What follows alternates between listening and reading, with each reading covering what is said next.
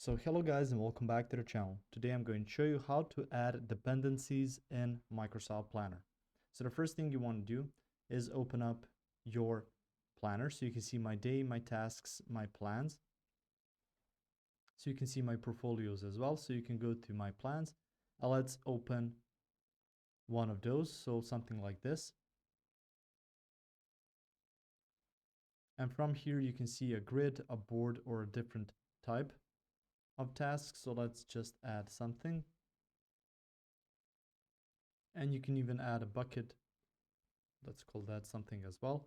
And on there, add a different task. And you can see right now, I want to create a dependency between those two. I will just need to open one of those on here. So you can see a label you can assign to someone and stuff like that.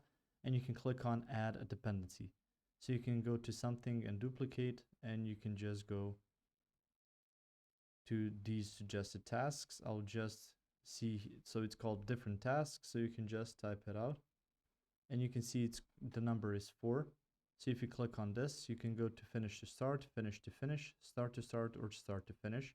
You can just create something like this, and then you can even add new dependencies across that. And once you exit, you can see these two will be connected, and you can see even in the timeline, these two are connected like that. So that's how you can add dependencies in your Microsoft Planner. If you found this information helpful or useful, you can like the video, you can also share the video, you can subscribe to our channel and click the notification bell to get notified about new videos on Microsoft Planner or some other topics you might find interesting as well. Thank you very much for watching this video, and as always, I will see you guys in the next one. Goodbye.